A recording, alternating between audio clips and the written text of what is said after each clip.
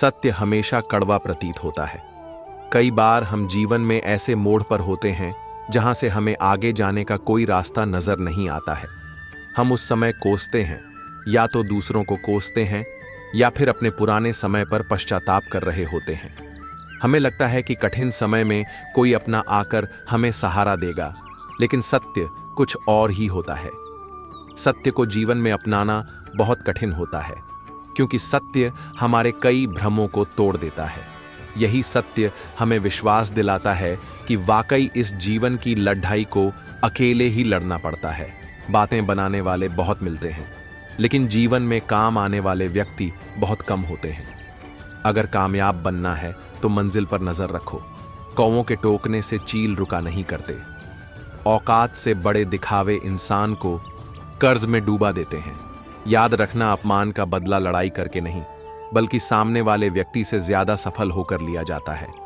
समाज के डर से फैसले मत बदलना, क्योंकि समाज सिर्फ नसीहत देता है, खाने को रोटी नहीं। अपनी मंजिल का रास्ता दूसरों से पूछोगे तो भटक जाओगे, क्योंकि आपके मंजिल की अहमियत जितनी आप जानते हो उतनी और कोई नहीं जानता। तुम नीचे गिर के देखो, कोई नहीं आएगा उठाने। तुम जरा उड़कर तो देखो, सब आएंगे गिराने। कोई भी उलझन हमें तब तक परेशान करती है जब तक हम उलझन को सुलझाने का प्रयास नहीं करते। खूबसूरत चेहरा भी बूढ़ा हो जाता है, ताकतवर जिस्म भी एक दिन ढल जाता है, ओहदा और पद भी एक दिन खत्म होता है, लेकिन एक अच्छा इंसान हमेशा अच्छा इंसान ही रहता है। लंबा धागा और लंबी जुबान केवल समस्याएं ही पैदा करती हैं, इसलिए धागे को लपेटकर और जुबान को समेटकर ही रखना चाहिए। अकाल अगर अनाज का हो तो मानव मरता है, किंतु अकाल अगर संस्कारों का हो तो मानवता मरती है। मुश्किल काम ताकत से नहीं, ज्ञान और अक्ल से पूर्ण होते हैं। जो बुरा लगे उसे त्याग दो, फिर चाहे वो विचार हो, कर्म हो या मनुष्य। हर इंसान में कोई ना कोई प्रतिभा जरूर होती है, लेकिन लोग अक्सर इसे दूसरे जैसा बनने में नष्ट कर देते हैं। दुनिया में किसी पर हद से ज्यादा निर्भर ना रहें, क्योंकि जब आप किसी की छाया में होते हैं तो आपको अपनी परछाई नजर नहीं आती। क्षमता और ज्ञान को हमेशा अपना गुरु बनाओ, अपना गुरूर नहीं। हम ऐसे समाज में रहते हैं जहां सुंदरता को रंग से, शिक्षा को मार्क्स से और सम्मान को पैसे से देखा जाता है। खामोशी किसी इंसान की कमजोरी नहीं, उसका बड़प्पन होता है, वरना जिसको सहना आता है इसको कहना भी आता है। जिंदगी जो शेष है वो ही विशेष है। हम अच्छे थे, अच्छे हैं और अच्छे ही रहेंगे। फिक्र वो करे जो दिखते कुछ और है, होते कुछ और है, बोलते कुछ और है, करते कुछ और है। चेहरे पर दाग हो तो चलेगा, मगर दिल के दागी लोगों से हमारी नहीं बनती। जिन्होंने आपका संघर्ष देखा है वही आपके संघर्ष की कीमत जानते हैं, नहीं तो औरों के लिए आप सिर्फ किस्मत वाले हैं। मौन से जो कहा जा सकता है वो शब्द से नहीं, और दिल से जो दिया जा सकता। जिंदगी हमें सिखाती है कि अगर शांति चाहिए तो दूसरों की शिकायत करने से बेहतर है खुद को बदल लो, क्योंकि पूरी दुनिया में कारपेट बिछाने से खुद के पैरों में चप्पल पहन लेना अधिक सरल है। कपड़े पर सुई चलती है तो बेहतरीन पोशाक बनाती है। हर चुभने वाली चीज का मकसद बुरा नहीं होता। अगर नीयत नसीब अच्छी है तो कभी बुरा हो ही नहीं सकता। कल के लिए सबसे अच्छी तैयारी यह है कि आज अच्छा करो। सैकड़ों अक्लमंद मिलते हैं, लोग चंद मिलते हैं। जब मुसीबत आती है तो भगवान के सिवाय सारे दरवाजे बंद मिलते हैं। पहाड़ चढ़ने वाला व्यक्ति झुककर चलता है और उतरने वाला अकड़ कर चलता है। कोई अगर झुककर चल रहा है मतलब ऊंचाई पर जा रहा है, और कोई अकड़ कर चल रहा है मतलब नीचे जा रहा है। अभिमान की ताकत फरिश्तों को भी शैतान बना देती है, और नम्रता साधारण व्यक्ति को भी फरिश्ता बना देती है। जो पिता के चरण स्पर्श करे वो कभी संपत्तिहीन नहीं होता। जो माता के चरण स्पर्श करे वो कभी ममताहीन नहीं होता। जो बड़े भाई के चरण स्पर्श करे वो कभी शक्तिहीन नहीं होता। जो बहन के चरण स्पर्श करे वो कभी चरित्रहीन नहीं होता। जो गुरु के चरण स्पर्श करे वो कभी बुद्धिहीन नहीं होता। शरीर में कोई सुंदरता नहीं होती, सुंदर होते हैं व्यक्ति के कर्म, उसके विचार, उसकी वाणी, उसका व्यवहार, उसके संस्कार और उसका चरित्र। जिसके जीवन में यह सब है वही इंसान दुनिया का सबसे सुंदर शख्स है। अगर पति पत्नी में आपसी तालमेल सही हो तो गरीबी में भी, परिवार में, जीवन में खुशहाली, शांति बनी रहती है और घर स्वर्ग बन जाता है। और यदि सभी सुख सुविधाओं के होते हुए भी दोनों के विचार ना मिले, बात बात पर आपस में झगड़ते लड़ते हैं, तो घर नर्क बन जाता है। जो लोग भी मेरी पीठ पीछे मेरी बुराई करते हैं, मैं उन्हें बहुत पसंद करता हूं, क्योंकि ये वो लोग हैं जो निशुल्क मेरा प्रचार कर रहे होते हैं।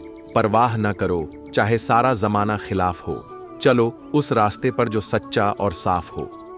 आज आप जो संघर्ष कर रहे हैं, वह उस ताकत को विकसित कर रहा है जिसकी आपको कल जरूरत है। कठिन समय में समझदार व्यक्ति रास्ता खोजता है और कमजोर व्यक्ति बहाना, सुंदर शब्द, दुनिया में दान जैसी कोई संपत्ति नहीं, लालच जैसा कोई और रोग नहीं, अच्छे स्वभाव जैसा कोई आभूषण नहीं और संतोष जैसा और कोई सुख नहीं। पहचान से मिला काम थोड़े समय तक ही टिकता है, लेकिन काम से मिली पहचान उम्र भर रहती है। हमारा आत्मविश्वास जैसा होगा, हमारी क्षमता भी वैसी ही होती है। पानी की तरह बनो जो अपना रास्ता स्वयं बनाता है, पत्थर की तरह नहीं जो दूसरों का रास्ता भी रोक लेता है। कभी कभी इंसान न टूटता है न बिखरता है, बस थक जाता है, कभी खुद से, कभी किस्मत से, तो कभी अपनों से। जीवन मिलना भाग्य की बात है, मृत्यु होना समय की बात है, पर मृत्यु के बाद भी लोगों के दिलों में जीवित रहना ये कर्मों की बात है। अपनों से बस उतना रूठो कि आपकी बात और सामने वाले की इज्जत बरकरार रहे। जो होता है अच्छे के लिए होता है, भले ही अभी बुरा लग रहा है, लेकिन आगे चलकर पता चल जाएगा कि वह अच्छे के लिए हुआ था। हंसते रहो, इसलिए नहीं कि आपके पास हंसने का कारण है, इसलिए क्योंकि दुनिया को रत्ती भर फर्क नहीं पड़ता। आपके आंसुओं से वह लोग जो हर किसी की कमियों को उजागर किए फिरते हैं, वे उसी तरह नष्ट हो जाते हैं जिस तरह कोई सांप चींटियों के टीले में जाकर मर जाता है। भाग्य बारिश का पानी है और परिश्रम कुएं का जल।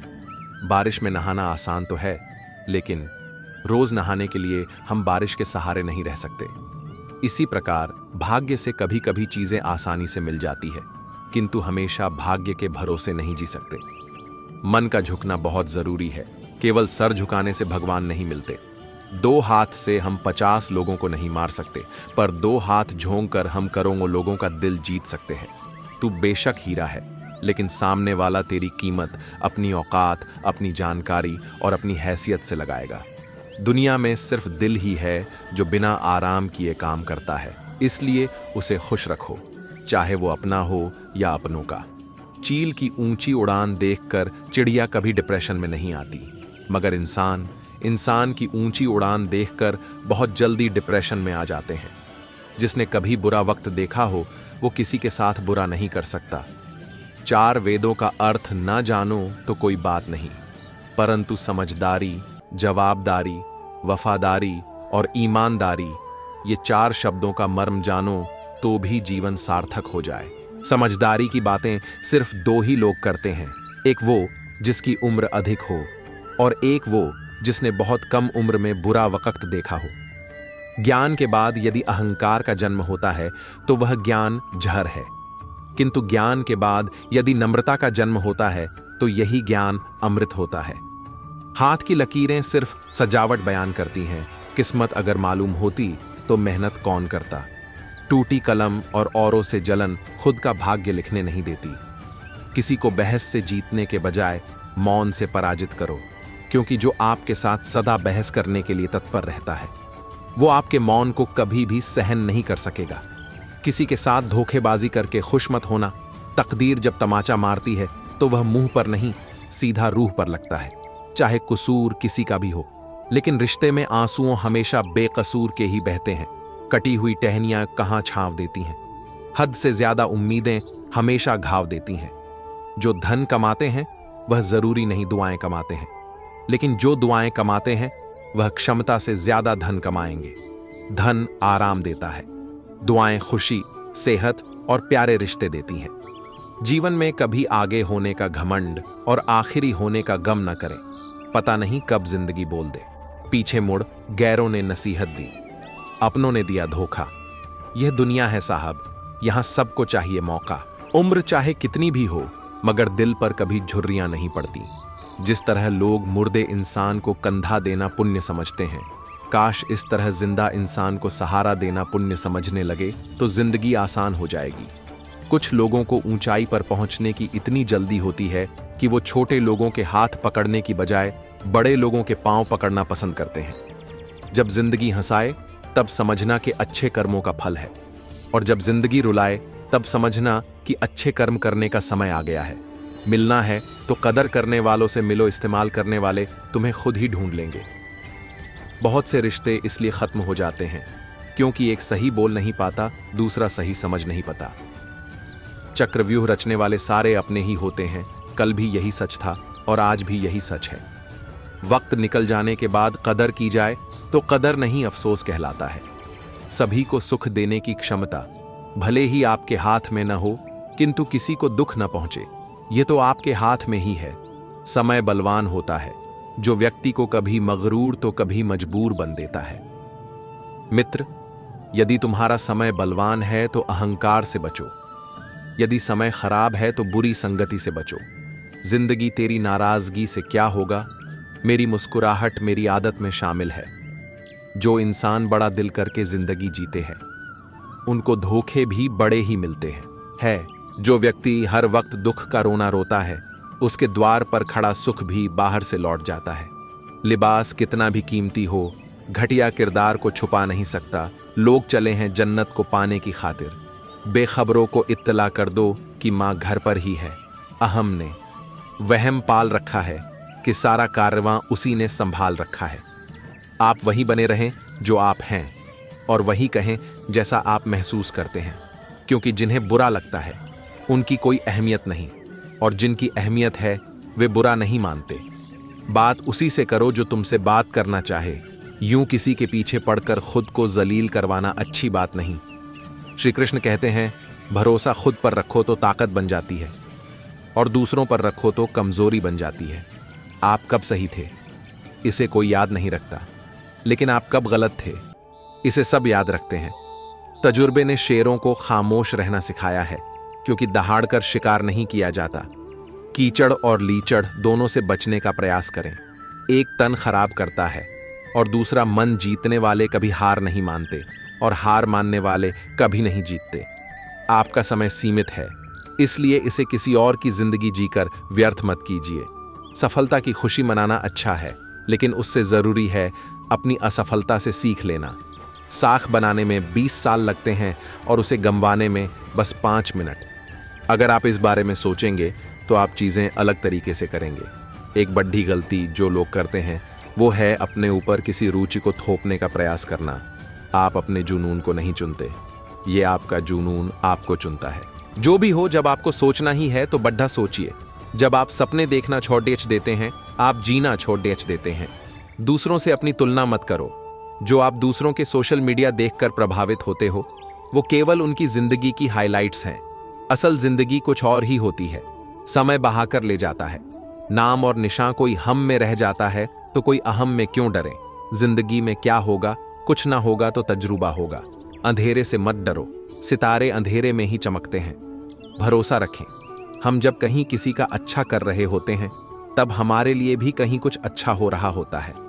पंछी कभी अपने बच्चों के भविष्य के लिए घोंसले बनाकर नहीं देते, वे तो बस उन्हें उड़ाने की कला सिखाते हैं। भगवत गीता में लिखा है कि जिस समय कोई समस्या जन्म लेती है उसके साथ ही उसका समाधान भी जन्म लेता है। कोशिश आखिरी सांस तक करनी चाहिए। मंजिल मिले या तजुर्बा, चीजें दोनों ही नायाब हैं। लाइफ में पापा का होना भी किसी खजाने से कम नहीं। जब आप कुछ नहीं कर सकते तो एक चीज जरूर करें, प्रयास। जीवन में 2 ही लोग असफल होते हैं, एक वो जो सोचते हैं लेकिन करते नहीं, दूसरे वो जो करते हैं पर सोचते नहीं। चोरी, निंदा और झूठ, ये 3 बातें चरित्र को नष्ट करती हैं। यदि कड़ी मेहनत आपका हथियार है तो सफलता आपकी गुलाम हो जाएगी। कलम, कसम और कदम हमेशा सोच समझ कर ही उठाना चाहिए। दुख भी बड़ी अजीब चीज है। जब खुद पर बीतती है तो सच लगता है और दूसरों पर बीतती है तो ड्रामा।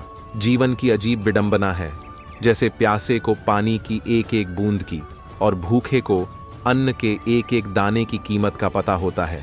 ठीक वैसे ही जिस इंसान के पास जो सुख नहीं होता वही उस सुख का सबसे बढ़िया वर्णन कर सकता है। हर असफलता के पीछे सफलता आपकी राह देख रही है। दरिया बनकर किसी को डुबाने से बेहतर है कि जरिया बनकर किसी को बचाया जाए। बुरा वक्त बताकर तो नहीं आता, लेकिन बहुत कुछ सिखाकर कर जाता है। नादान इंसान की जिंदगी का आनंद लेता है, ज्यादा होशियार तो हमेशा उलझा ही रहता है। चिंता इतनी करो कि काम हो जाए, इतनी नहीं कि जिंदगी तमाम हो जाए। तेरे गिरने में तेरी हार नहीं, तू इंसान है, अवतार नहीं। गिर, उठ, चल, दौड़, डिल, फिर भाग, क्योंकि जीवन संक्षिप्त है, इसका कोई सार नहीं। दूसरों द्वारा की गई गलतियों से सीखो, अपने ऊपर प्रयोग करके सीखने में तुम्हारी आयु कम पर DDDH जाएगी। मैं सब जानता हूं, यही सोच इंसान को कुएं का मेंढक बना देती है। इंसान अगर ठान ले तो असंभव कुछ भी नहीं। असंभव शब्द का इस्तेमाल कायर करते हैं। गरजने वाले बादल बरसा नहीं करते, इसलिए कहिए मत, बल्कि करके दिखाइए। इंसान को कठिनाइयों की आवश्यकता होती है, क्योंकि सफलता का आनंद उठाने के लिए यह जरूरी है। अगर जीवन में कुछ पाना है तो अपने तरीके बदलो, इरादे नहीं। गलत लोगों की जीत उसी वक्त तय हो जाती है जब सही लोग चुप हो जाते हैं। लोग चाहते हैं कि आप बेहतर करें, लेकिन यह भी सत्य है कि वो कभी नहीं चाहते कि आप उनसे बेहतर करें। जो चाहा वो मिल जाना सफलता है, जो मिला है उसको चाहना प्रसन्नता है। यूं ही नहीं मिलती राही को मंजिल, एक जुनून सा दिल में जगाना होता है। पूछा चिद्धिया से कैसे बनाया, आशियाना बोली। भरनी पद्धति है उद्यान बार बार, तिनका तिनका उठाना होता है। गलती करना बुरा नहीं है, गलती से सीखना लेना बुरा है। महान चरित्र का निर्माण महान और उज्जवल विचारों से होता है। घनघोर अंधेरा एक तरफ, छोटे से दीपक की रोशनी एक तरफ। मुश्किलें कितनी भी हों, दीपक की तरह डटे रहो, सफलता तुम्हारे कदम चूमेगी। अगर इंसान में कुछ करने की इच्छा हो तो दुनिया में कुछ असंभव नहीं है। मनुष्य की मनुष्यता उसी समय खत्म हो जाती है जब उसे दूसरे के दुख पर हंसी आ जाती है। मुश्किलों से भाग जाना आसान होता है, हर पहलू जिंदगी का इम्तिहान होता है। डरने वाले को मिलता नहीं कुछ जिंदगी में, लड़ने वालों के कदमों में जहान होता है। हम सभी के पास समान प्रतिभा नहीं है, लेकिन हमारे पास समान अवसर हैं। अपनी प्रतिभा को विकसित करने के लिए आप जो करने से डरते हैं उसे करिए और करते रहिए। अपने डर पर विजय पाने का यही सबसे आसान तरीका है। सफल लोग कोई अलग काम नहीं करते, वो बस अलग तरीके से काम करते हैं। जीवन में ज्यादा रिश्ते होना जरूरी नहीं है, पर जो रिश्ते हैं उनमें जीवन होना जरूरी है। केवल एक विचार को अपना लक्ष्य बनाओ और सभी को विचार छोड़ देकर केवल उसी के बारे में सोचो। सफलता तुम्हारे कदम जरूर चूमेगी। हम हमेशा इस बारे में सोचते हैं कि हमारे पास क्या नहीं है। हम इस बारे में कभी नहीं सोचते कि हमारे पास कितना है। हर दिन मेरा सर्वश्रेष्ठ दिन है, यह मेरी जिंदगी है। मेरे पास यह क्षण दोबारा नहीं होगा। जो लोग कहते हैं कि वो व्यस्त हैं, वास्तव में वो अस्त व्यस्त हैं। आप जिस नजर से इस दुनिया को देखेंगे, आपको दुनिया वैसी ही दिखाई देगी। शेर आगे छलांग मारने के लिए एक कदम पीछे हटाता है। इसीलिए जब जिंदगी आपको पीछे धकेलती है तो घबराएं नहीं। जिंदगी आपको ऊंची छलांग देने के लिए तैयार है। जिस व्यक्ति ने कभी गलती नहीं की, उसने कभी कुछ नया सीखने की कोशिश नहीं की। जो व्यक्ति अपनी सोच नहीं बदल सकता, वो कुछ नहीं बदल सकता। जो सपने देखते हैं और उन्हें पूरा करने की कीमत चुकाने को तैयार रहते हैं, वे ही लोग सफल होते हैं। जहां तक रास्ता दिख रहा है वहां तक चलिए, आगे का रास्ता वहां पहुंचने पर दिखने लगेगा। तुम चलने का हौसला तो करो, दिशाएं बहुत हैं, कांटों की फिक्र मत करो, तुम्हारे साथ दुआएं बहुत हैं। सफलता पाने के लिए मेहनत पर भरोसा रखें। किस्मत का खेल तो जुए की तरह होता है। दर्द, दुख और डर केवल आपके अंदर ही हैं। अपने बनाए हुए पिंजरे से बाहर निकलें, आप भी एक विजेता हैं। समय का काम चलता रहता है। यदि अच्छा है तो आभार व्यक्त करें और बुरा है तो धैर्य रखें। सिर्फ अध्ययन से सफलता नहीं मिलती, समर्पण, मेहनत और सही मार्ग पर चलने की क्षमता भी महत्वपूर्ण है। असली उड़ान अभी बाकी है, परिंदे की परीक्षा अभी बाकी है। समुद्र को पार किया है, पूरा आकाश अभी बाकी है। जो लोग इंतजार करते हैं उन्हें वही मिलता है जो प्रयास करने वाले छोड़ देते हैं। मैं ऐसा खेल नहीं खेलता जहां जीत तय हो, क्योंकि सच्ची जीत का आनंद तब है जब हारने का जोखिम हो। गिरना भी अच्छा है, इससे हमारी असली स्थिति का पता चलता है और यह भी समझ आता है कि कौन हमें सहारा देता है। जिंदगी में ज्ञान केवल पढ़ाई से नहीं मिलता, तुम्हारे अनुभव भी सफलता की कुंजी होते हैं। यह सोचना कि जीवन सिर्फ एक बार मिलता है गलत है। असल में मृत्यु एक बार आती है, जबकि जीवन हर दिन नई शुरुआत का मौका देता है। जो लोग जीवन में कुछ बड़ा हासिल करना चाहते हैं वे समुद्र को भी पत्थरों से पार कर जाते हैं। संघर्ष हमें ताकतवर बनाता है, भले ही हम कितने भी कमजोर क्यों न महसूस करें। कभी भी मत सोचो कि तुम कमजोर हो, हमारे भीतर अनंत शक्ति का भंडार छिपा हुआ है। जिंदगी की यात्रा जितनी कठिन होगी, मंजिल उतनी ही खूबसूरत होगी। सफलता या विफलता आपकी मानसिकता पर निर्भर करती है। अगर आप आत्मसमर्पण कर देते हैं तो असफलता निश्चित है, लेकिन अगर आप संकल्पित हैं तो सफलता आपके करीब आएगी। असफलता तब नहीं आती जब आप हार जाते हैं।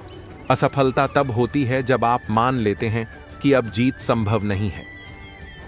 इतिहास में सिर्फ उन्हीं लोगों के नाम याद किए गए हैं जिन्होंने जीवन को आसान नहीं बल्कि चुनौतीपूर्ण ढंग से जिया। मान्यता प्राप्त करने के लिए किसी के सामने झुकने के बजाय अपने आत्मबल पर भरोसा करते हुए बड़ा कुछ हासिल करने का संकल्प लें। पैर थके नहीं हैं और हिम्मत भी अभी टूटी नहीं है। मन में बड़ा करने का हौसला है, यात्रा अभी जारी है। सपनों को हकीकत बनाने के लिए बातें नहीं बल्कि रातों की मेहनत करनी होती है। जब आप अपने लक्ष्यों की ओर बढ़ते हैं, जीवन भी आपके सपनों को साकार करने में सहयोगी बन जाता है। कठिन समय में सबसे बड़ी सहारा उम्मीद होती है, जो हमें यकीन दिलाती है कि सब कुछ बेहतर होगा। जिंदगी किसी के लिए भी आसान नहीं होती, पर इंसान की हिम्मत उसे जीने का रास्ता दिखाती है। बस अपने मन को सशक्त बनाए रखें, जीवन अपने आप आसान और हल्का महसूस होने लगेगा। व्यक्ति नहीं बल्कि उसका समय बोलता है। जब समय कठिन होता है तो भले ही व्यक्ति कितना भी कहे, उसकी बात कोई नहीं सुनता। अगर आप जीवन में खुश रहना चाहते हैं तो सराहना स्वीकार करें और सुधार की राह में आलोचना का स्वागत करें। जिंदगी के सबसे मजबूत बंधन सपनों और मेहनत से बनते हैं।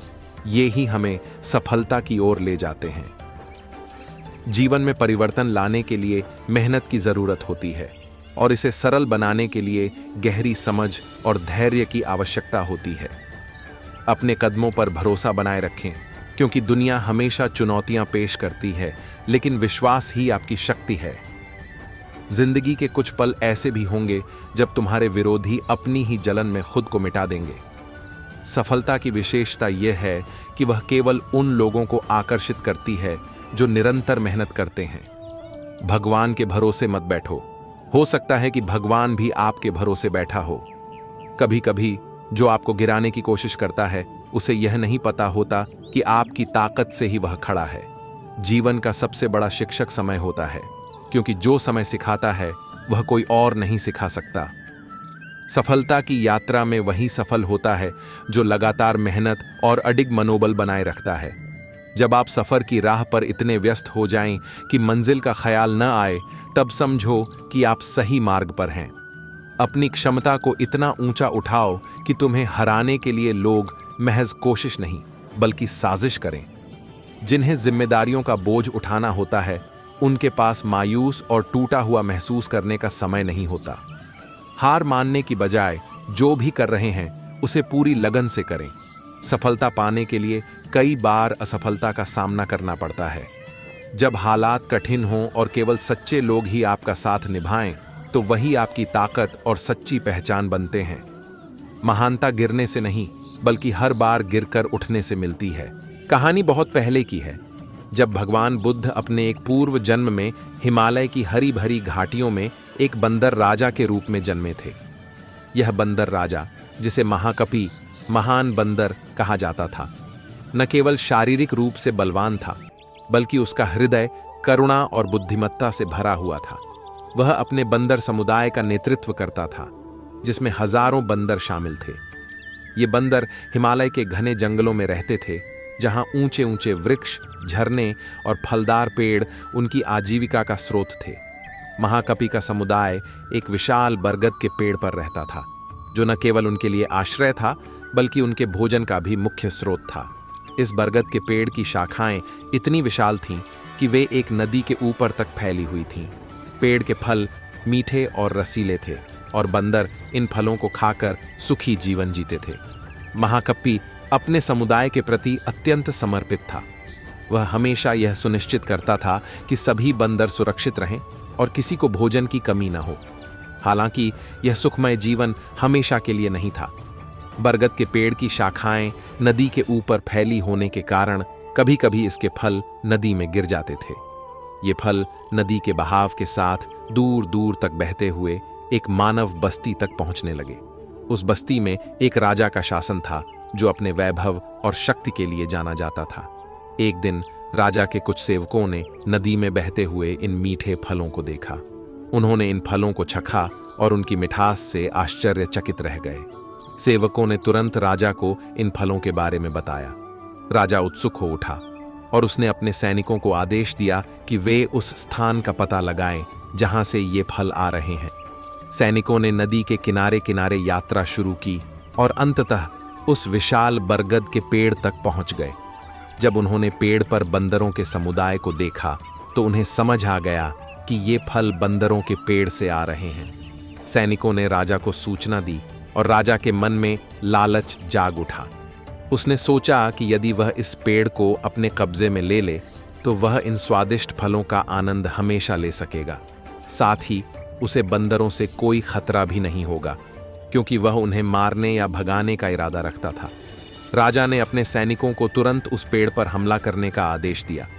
जब सैनिक तीर कमान और भाले लेकर बरगद के पेड़ की ओर बढ़े तो बंदरों में हड़कंप मच गया। वे डर के मारे इधर उधर भागने लगे।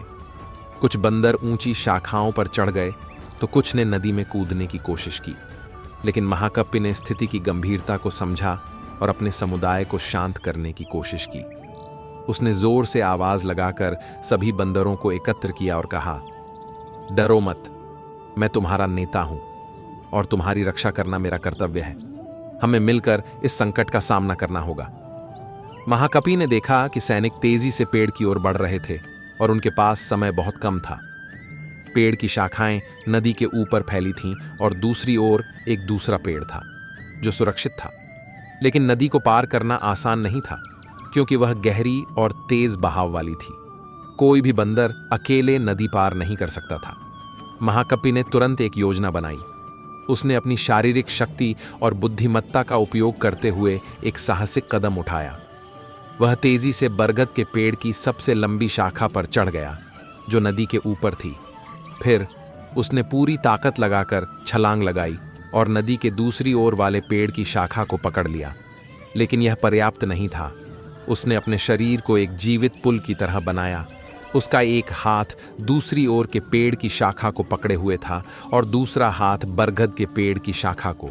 इस तरह उसने अपने शरीर को नदी के ऊपर एक रस्सी की तरह तान दिया। महाकप्पी ने अपने समुदाय को पुकारा और कहा, जल्दी करो, मेरे शरीर के ऊपर से चलकर नदी पार करो और उस पेड़ पर चढ़ जाओ। यह तुम्हारी एकमात्र रक्षा है। बंदर जो पहले डर से कांप रहे थे अब अपने नेता के साहस से प्रेरित हो उठे। एक एक करके सभी बंदर महाकपि के शरीर के ऊपर से दौड़ते हुए नदी पार करने लगे। छोटे छोटे बच्चे, बूढ़े बंदर और युवा सभी ने इस जीवित पुल का उपयोग किया। हालांकि यह कार्य महाकपि के लिए आसान नहीं था। हर बार जब कोई बंदर उसके शरीर पर दौड़ता उसे असहनीय दर्द होता। उसकी हड्डियां चटक रही थीं और उसका शरीर थकान से कांप रहा था। फिर भी उसने हार नहीं मानी। वह अपने समुदाय के प्रत्येक सदस्य को सुरक्षित देखना चाहता था। अंत में जब आखिरी बंदर भी नदी पार कर गया, महाकप्पी की ताकत जवाब दे गई। उसका शरीर टूट चुका था और वह शाखा छोड़कर नदी में गिर गया। उधर राजा के सैनिक पेड़ पर पहुंचे, लेकिन उन्हें कोई बंदर नहीं मिला। वे आश्चर्यचकित थे कि इतना बड़ा समुदाय कहां गायब हो गया। तभी राजा, जो अपने सैनिकों के साथ आया था, ने नदी में तैरते हुए महाकपि को देखा। राजा को उसकी हालत देखकर दया आ गई। उसने अपने सैनिकों को आदेश दिया कि वे महाकपि को नदी से निकालें। जब महाकपि को राजा के सामने लाया गया, वह मुश्किल से सांस ले पा रहा था। राजा ने उससे पूछा, हे महान बंदर, तुमने अपने समुदाय के लिए इतना बड़ा बलिदान क्यों किया? तुम्हारी जान को खतरा था, फिर भी तुमने अपने शरीर को एक पुल बनाया। ऐसा क्यों? महाकपि ने कमजोर आवाज में जवाब दिया, हे राजन, मैं अपने समुदाय का नेता हूं। मेरा कर्तव्य है कि मैं उनकी रक्षा करूं, भले ही इसके लिए मुझे अपनी जान देनी पड़े। एक सच्चा नेता वही है जो अपने लोगों की भलाई के लिए स्वयं को समर्पित कर दे। महाकपि के ये शब्द सुनकर राजा का हृदय पिघल गया। उसे अपने लालच और क्रूरता पर पश्चाताप हुआ। उसने महाकपि की देखभाल का आदेश दिया, लेकिन महाकपि की चोटें इतनी गहरी थीं कि वह बच नहीं सका। अपनी अंतिम सांस में उसने राजा से कहा, अपने प्रजा की रक्षा करें राजन, यही एक सच्चे राजा का धर्म है। महाकपि जातक हमें कई गहरी सीख देती है। जो आज के जंगल में एक डरपोक खरगोश रहता था। एक दिन वह देवदार के पेड्डेच के नीचे मजे से सो रहा था कि अचानक एक फल उसके सिर पर आ गिरा। डरपोक खरगोश की नींद खुल गई। वह सोचने लगा कि यह क्या हुआ, क्या गिरा मेरे सिर पर, कहीं आसमान तो नहीं गिर रहा। दिमाग में यह सोच आते ही वह डर गया और फिर क्या, वह भागने लगा। वह बेतहाशा भागा चला जा रहा था। उसे इस तरह भागते हुए जब हाथी ने देखा तो पूछने लगा, अरे भाई खरगोश, क्या हुआ, क्यों ऐसे भागे जा रहे हो? खरगोश हांफते हुए बोला, भागो भागो, आसमान गिर रहा है। खरगोश की बात सुनकर हाथी भी डर गया। वह भी उसके पीछे पीछे भागने लगा। कुछ देर बाद उनकी मुलाकात गैंडे से हुई। गैंडे ने भागने का कारण पूछा तो हाथी ने खरगोश से सुनी बात दोहरा दी, भागो भागो, आसमान गिर रहा है। यह सुनकर गैंडा भी डर गया और उनके पीछे हो लिया। अब जो भी उन्हें मिलता, आसमान गिर रहा है सुनकर उनके पीछे भागने लगता। खरगोश ने पीछे हाथी, हाथी के पीछे गैंडा, गैंडे के पीछे भालू, भालू ने पीछे चीता, और ऐसे ही जंगल के ढेर सारे जानवरों की कतार लग गई। सब बेतहाशा भागे जा रहे थे। इतने सारे जानवरों को इस तरह भागते हुए जब जंगल में टहल रही लोमधी ने देखा तो चकित रह गई। उसने कतारने लगे भालू से पूछा, क्या हुआ भाई, तुम सब लोग ऐसे कहां भागे चले जा रहे हो? भागो भागो, आसमान गिर रहा है, भालू चिल्लाया। यह सुनकर लोमदधी अचरज में पड्डे दिएज गई कि ऐसा भी कहीं होता है। उसने सारे जानवरों को रोका और बोली, इस तरह भागने से किसी समस्या का हल नहीं निकलेगा। चलो जंगल के राजा शेर के पास चलते हैं। सब लोमदधी के पीछे हो लिए। थोड़ी ही देर में सारे जानवर शेर के सामने खद्दे थे। लोमधी ने शेर को सारी बात बताई। ध्यान से सारी बात सुनने के बाद शेर ने पूछा, सबसे पहले किसने आसमान गिरते हुए देखा? सबने खरगोश की तरफ इशारा किया। शेर ने खरगोश से पूछा, तुमने कहां देखा कि आसमान गिर रहा है? वनराज, मैं देवदार ने पेड्डे ने नीचे सो रहा था कि तभी मेरे ऊपर आसमान का एक छोटा टुकद्धा गिरा और मैं भागने लगा और सबको बताने लगा। वनराज, हम सबको भागना चाहिए, कहीं पूरा आसमान गिर गया तो हम सबका क्या होगा? खरगोश की बात सुनकर शेर को कुछ संदेह हुआ। उसने लोमधी से कुछ चर्चा की। फिर सारे जानवरों को लेकर उसी देवदार ने पेड्डेच के पास आया जहां खरगोश सोया था। वहां देवदार का फल गिरा देख उसे सारा माजरा समझ आ गया। वह फल उठाकर शेर बोला, तो ये है आसमान। सारे जानवर समझ गए कि डरपोक खरगोश देवदार का फल गिरने पर सोचने लगा कि आसमान गिर रहा है। सब हंसने लगे। खरगोश बहुत शर्मिंदा हुआ। शेर ने खरगोश को समझाया कि इस तरह की अफवाह न फैलाए। उसने सारे जानवरों को भी समझाया कि बिना सोचे समझे किसी की बात का यकीन न करें। शिक्षा, बिना सोचे समझे अफवाहें न फैलाएं। किसी की बात पर बिना सोचे समझे विश्वास न करें। बच्चों की कहानियों का विशाल संग्रह। गर्मियों के एक दिन की बात है। दो मुसाफिर एक सुनसान सड़क पर अपने गंतव्य की ओर बढ़ रहे थे। दोनों काफी समय से यात्रा कर रहे थे और थक चुके थे। गर्मी तेज थी, सूरज सिर के ऊपर चमक रहा था और रास्ते में दूर दूर तक कोई विश्राम स्थल नहीं दिख रहा था। कुछ समय बाद उनमें से एक मुसाफिर को सड़क के किनारे एक किताब पड़ी हुई दिखाई दी।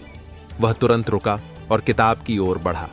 जैसे ही उसने किताब को उठाने की कोशिश की, दूसरा मुसाफिर भी उसके पास आ गया और बोला, यह किताब मेरी है क्योंकि मैंने इसे पहले देखा।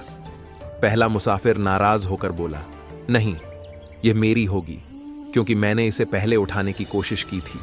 दोनों के बीच बहस शुरू हो गई। पहले तो वे केवल एक दूसरे से तर्क वितर्क कर रहे थे, लेकिन धीरे धीरे उनका झगड़ा बढ़ने लगा। दोनों किताब को अपनी ओर खींचने लगे, जिससे किताब के पन्ने हिलने लगे और उसमें से धूल उड़ने लगी। इसी दौरान वहां से एक और राहगीर गुजरा। उसने दोनों को इस हालत में देखा और रुका। वह एक वृद्ध व्यक्ति था जिसकी चाल से अनुभव और ज्ञान झलक रहा था।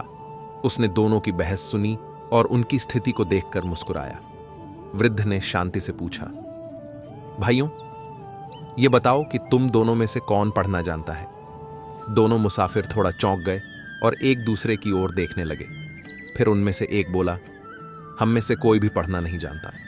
यह सुनकर वृद्ध व्यक्ति हल्के से हंसा और बोला, तो फिर तुम इस किताब के लिए झगड़ क्यों रहे हो? तुम्हारी लड़ाई ठीक उन गंजों जैसी है जो कंघी हथियाने के लिए जोर लगा रहे हों, जबकि उनके सिर पर एक भी बाल नहीं है। दोनों मुसाफिर यह सुनकर अचानक चुप हो गए। कुछ देर तक वे सोचते रहे। फिर उन्हें अपनी मूर्खता का एहसास हुआ। वे समझ गए कि जिस चीज का उनके लिए कोई उपयोग ही नहीं, उसके लिए झगड़ना व्यर्थ है। उन्होंने शर्मिंदा होकर सिर झुका लिया और किताब को वहीं छोड़कर अपनी राह चल पड़े। वृद्ध व्यक्ति मुस्कुराते हुए उनकी ओर देखता रहा और फिर अपने रास्ते पर बढ़ गया। 1. मुसाफिरों का व्यवहार और लालच। जब उन्होंने किताब देखी तो बिना यह सोचे कि वे पढ़ भी सकते हैं या नहीं, वे बस इसे पाने के लिए लड़ने लगे। यह व्यवहार मनुष्य की उस प्रवृत्ति को दर्शाता है जहां लोग किसी वस्तु को सिर्फ इसलिए चाहते हैं क्योंकि वह उपलब्ध है, न कि इसलिए कि वह उनके लिए उपयोगी है। 2. वृद्ध व्यक्ति की समझदारी। राहगीर ने दोनों को व्यर्थ की लड़ाई में उलझते देखा और शांति से एक ऐसा प्रश्न पूछा जिससे उनकी गलती स्पष्ट हो गई। उसने एक साधारण उदाहरण देकर समझाया कि अगर किसी चीज का उपयोग नहीं हो सकता तो उसे पाने की कोशिश करना मूर्खता है। 3. मुसाफिरों की सीख। वृद्ध व्यक्ति की बात सुनकर दोनों को अपनी गलती का एहसास हुआ।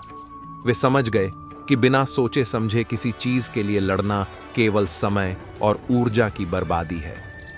उन्होंने अपनी मूर्खता का एक समय की बात है। एक छोटी सी लार्क अपने बच्चों के साथ एक हरे भरे खेत में अपना घोंसला बना रही थी। यह खेत हल्के हल्के अंकुरित हो रहे गेहूं के पौधों से भरा हुआ था। लार्क का घर खेत के बीचों बीच था और वह अपने बच्चों को अपने पंखों से सहारा दे रही थी। जैसे जैसे दिन गुजरते गए, गेहूं के पौधे लंबे और मजबूत होते गए और लार्क के बच्चे भी धीरे धीरे बड़े होने लगे। समय बीतते बीतते गेहूं के पौधे सुनहरे रंग के होने लगे और हल्की हल्की हवा में उनका झूमना एक प्यारी सी आवाज पैदा करता था। इसी समय एक दिन किसान और उसका बेटा खेत में आए। किसान ने गेहूं के पौधों को देखा और कहा, यह गेहूं अब पक चुका है, हमें इसे काटने के लिए अपने दोस्तों और पड़ोसियों को बुलाना होगा। लार्क के बच्चों ने यह बात सुनी और डर गए। उन्हें यह समझ में आ गया कि यदि वे अब भी अपने घोंसले से नहीं उड़ गए तो उनके लिए खतरा हो सकता है। वे अपने माता पिता से मिले और घबराए हुए कहा, माँ, किसान और उसके बेटे ने कहा कि वे अपने दोस्तों को बुलाएंगे और जल्दी ही गेहूं काटने का काम शुरू कर देंगे। अगर हम अभी नहीं उड़ें तो हम संकट में पड़ सकते हैं। माँ लार्क ने अपने बच्चों को शांत किया और कहा, डरो मत बच्चों। जब किसान कहता है कि वह अपने दोस्तों को बुलाएगा तो इसका मतलब है कि गेहूं की कटाई में कुछ समय लगेगा। वह काम जल्दी नहीं करेगा क्योंकि उसे दूसरों की मदद चाहिए होगी। माँ लार्क के शब्दों से बच्चों को थोड़ी राहत मिली, लेकिन वे फिर भी डरे हुए थे।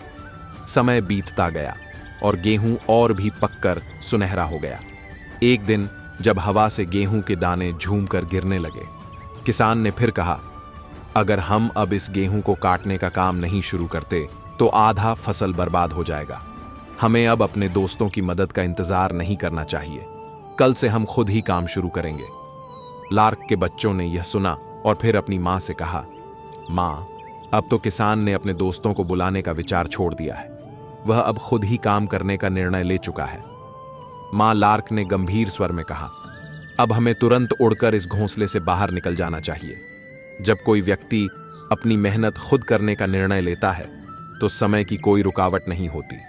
उसे किसी और से मदद की उम्मीद नहीं होती। अब देरी नहीं हो सकती, हमें आज ही उड़कर कहीं और जाना होगा। माँ लार्क के आदेश पर लार्क के बच्चों ने पंखों को फैलाया और उन्हें अपनी उड़ान के लिए तैयार किया। सभी ने अपनी माँ से एक आखिरी बार देखा और फिर उस दिन शाम को बहुत हलचल मचाई। पंखों को फड़फड़ाते हुए वे नए घर की ओर उड़ गए।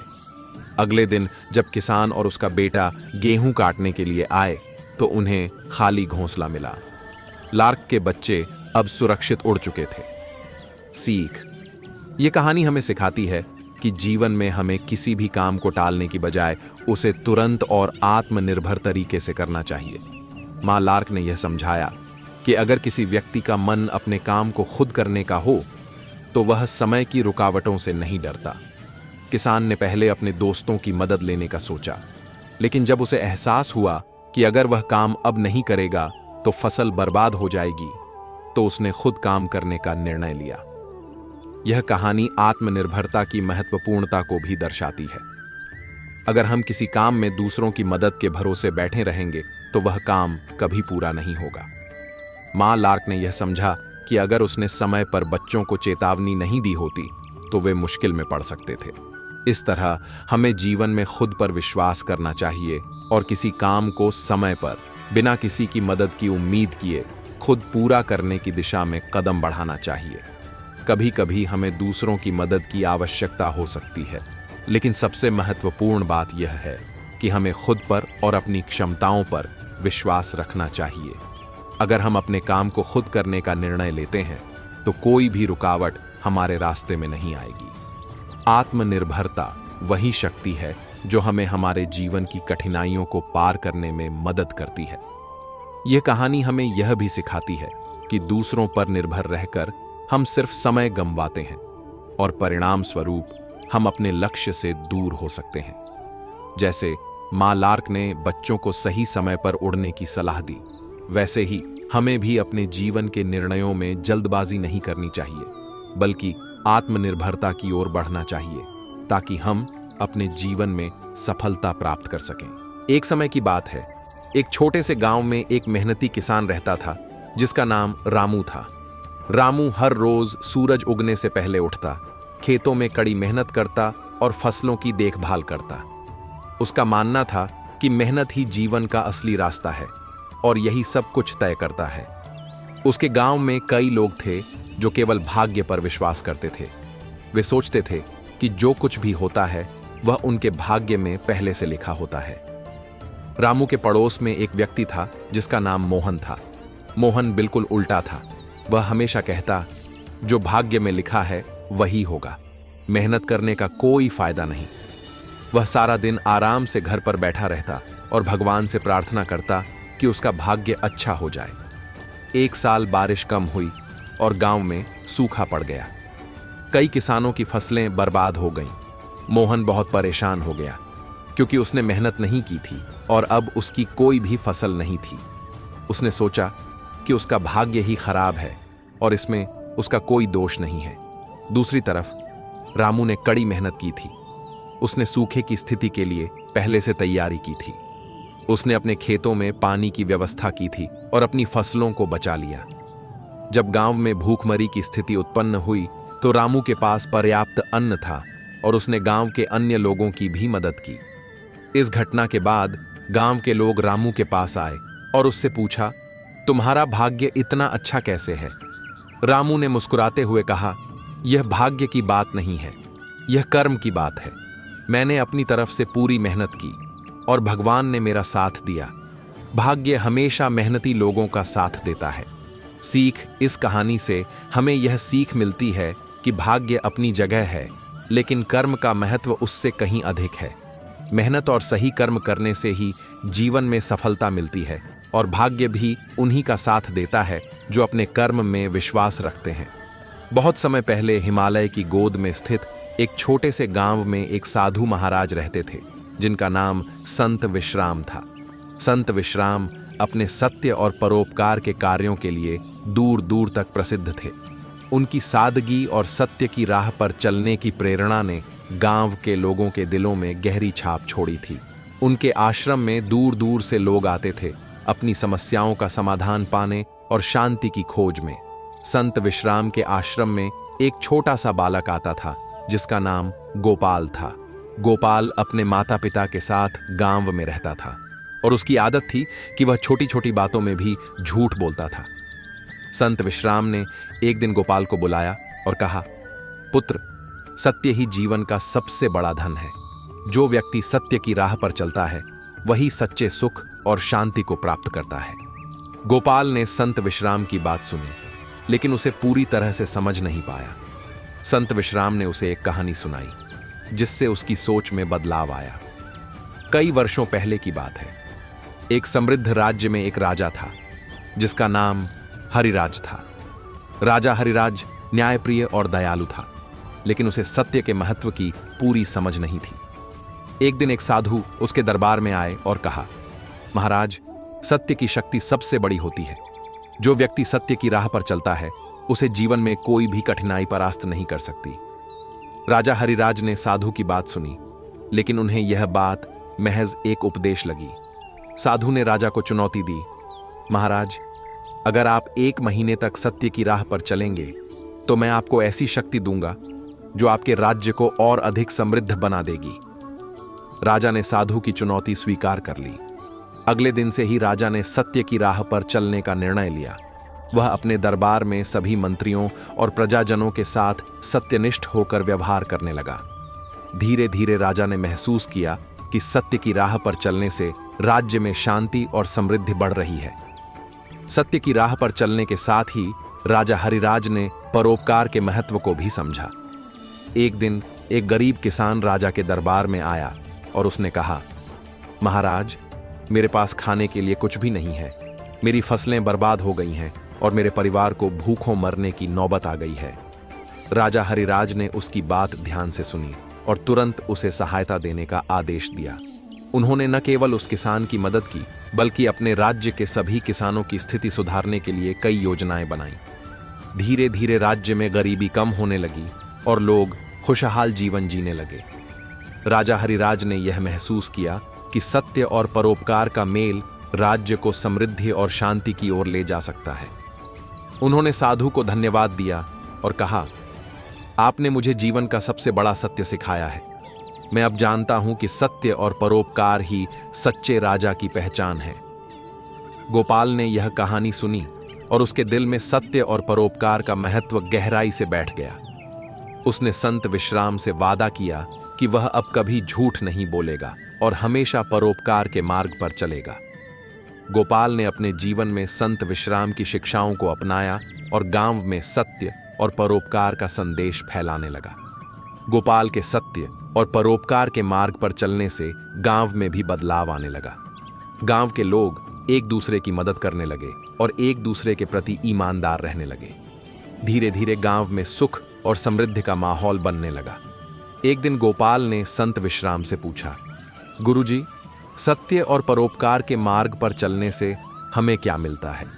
संत विश्राम ने मुस्कुराते हुए उत्तर दिया, पुत्र, सत्य और परोपकार से हमें सच्ची शांति, समृद्धि और लोगों का प्रेम मिलता है। जब हम दूसरों की भलाई के लिए निस्वार्थ भाव से कार्य करते हैं तो प्रकृति और भगवान भी हमारी मदद करते हैं।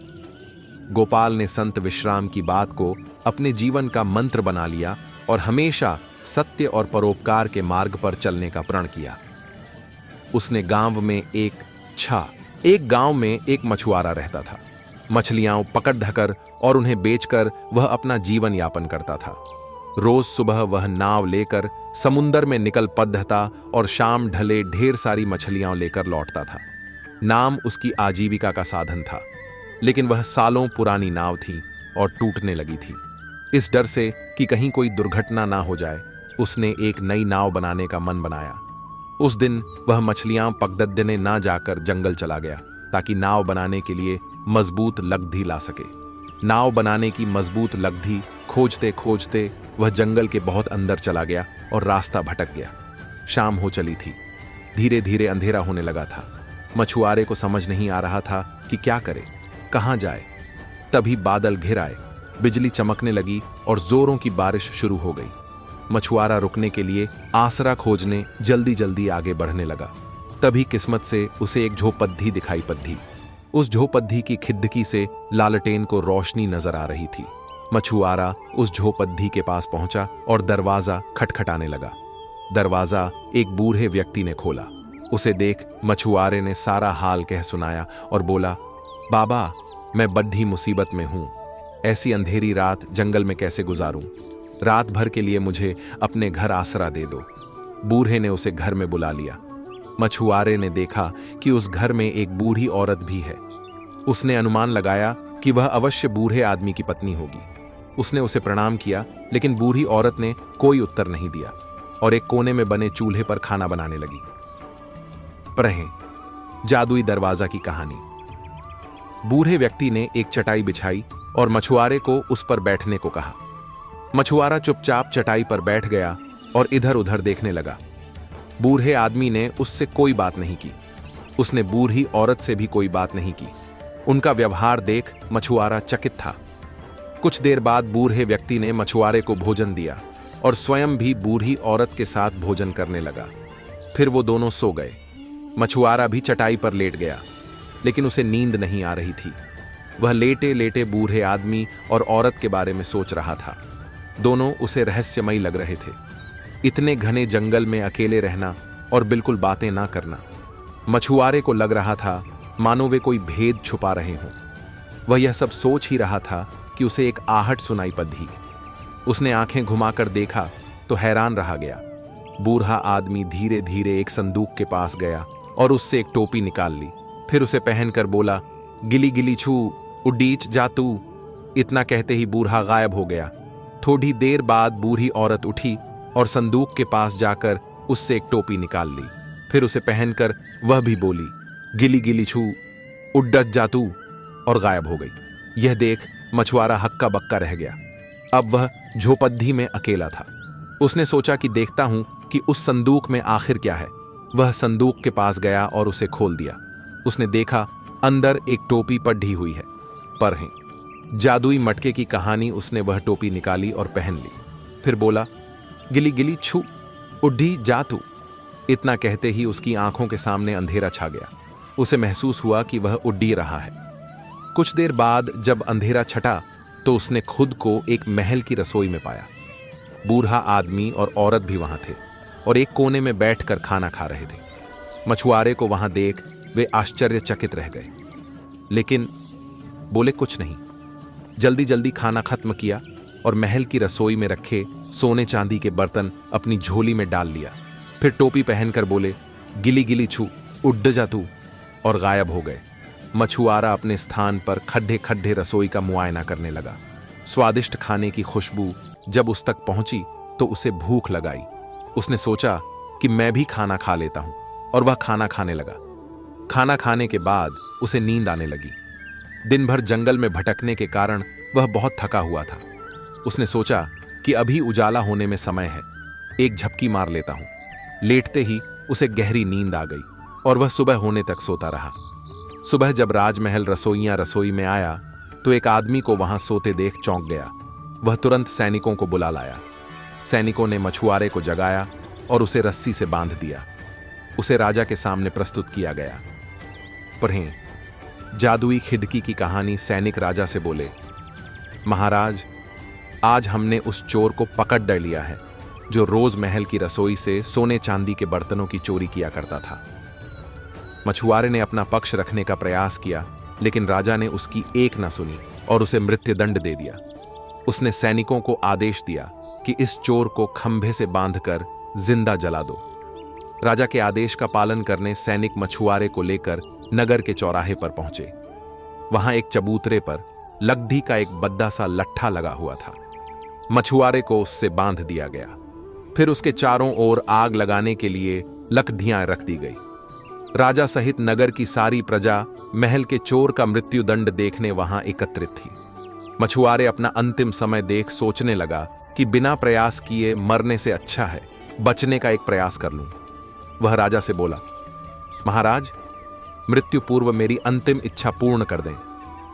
राजा ने पूछा, बताओ तुम्हारी अंतिम इच्छा क्या है? मछुआरा बोला, महाराज, मैं अपनी टोपी पहनकर मरना चाहता हूं। राजा ने सैनिकों को आदेश दिया कि मछुआरे को टोपी उसके सिर पर पहना दी जाए। सैनिकों ने वैसा ही किया। टोपी सिर पर आते ही मछुआरा बोला, गिली गिली छू उड्डे जा तू, और गायब हो गया। वहां जमा सभी लोग डर के मारे भाग खड्डे हुए। उन्हें लगा मानो वो कोई भूत था। इधर मछुआरा उड्डा चला जा रहा था। वह अब भी लकड़ी के उस लट्ठे से बंधा हुआ था। समुंदर के पास वह जमीन पर उतरा। पास ही उसका गांव था, लेकिन इतने मोटे लट्ठे से बंधे होने के कारण वह चल नहीं पा रहा था। किस्मत से एक आदमी उसे वहां से जाता हुआ दिखाई पड़ा। उसने आवाज देकर उसे बुलाया और रस्सी खोलने को कहा। उसे आदमी ने उससे बहुत समय पहले की बात है। एक राज्य में एक शक्तिशाली राजा राज करता था। उसकी एक सुंदर और समझदार रानी थी। दोनों का केवल एक ही पुत्र था। उसके पालन पोषण और शिक्षा दीक्षा में उन्होंने कोई कसर नहीं छोड़ दी थी।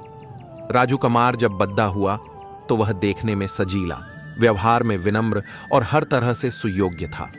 पटडीडीहोसी राज्यों के कई राजा अपनी पुत्रियों से राजकुमार का विवाह करवाना चाहते थे।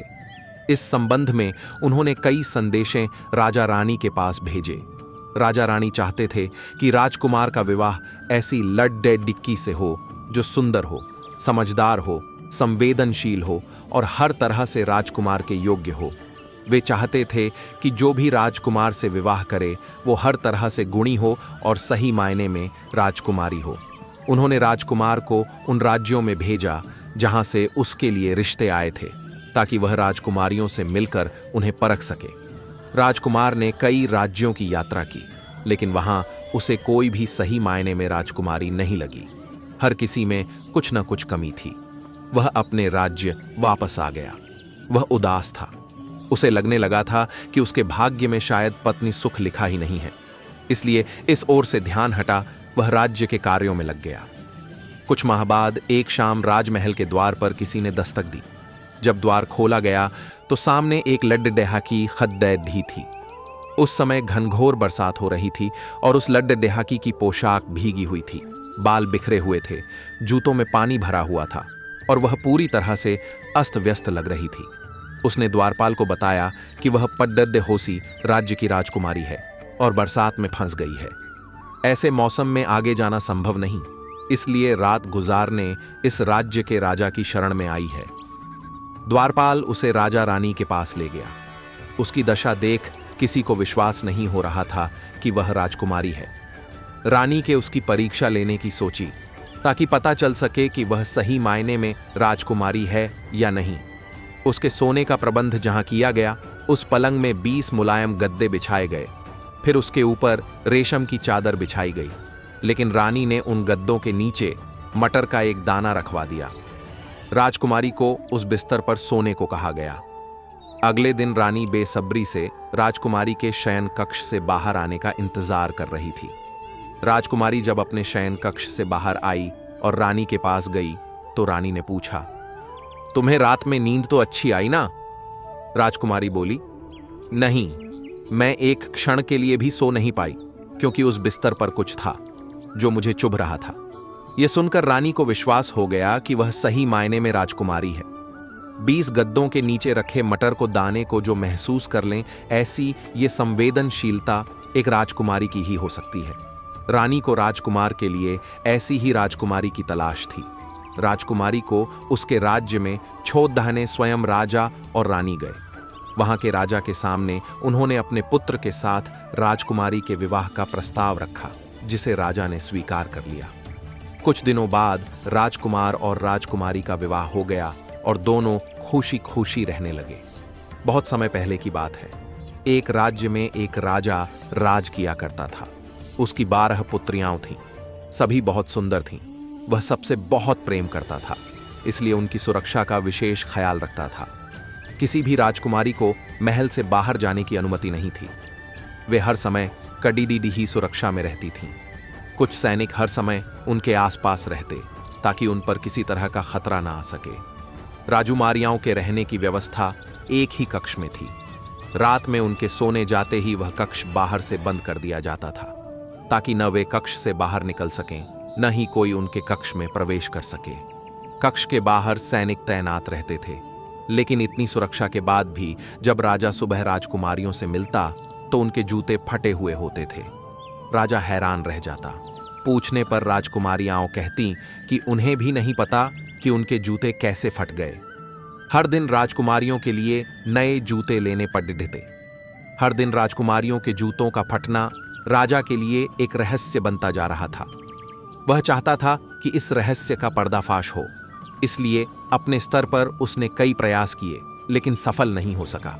अंत में उसने राज्य में यह घोषणा करवा दी कि जो व्यक्ति 3 दिनों में राजकुमारियों के जूते फटने के कारण का पता लगा लेगा, उसका विवाह उसकी मनपसंद राजकुमारी से करवा दिया जाएगा।